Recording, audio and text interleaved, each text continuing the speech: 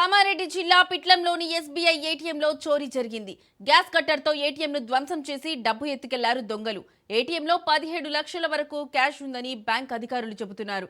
ఘటనా స్థలానికి చేరుకున్న పోలీసులు కేసు నమోదు చేసి దర్యాప్తు చేస్తున్నారు.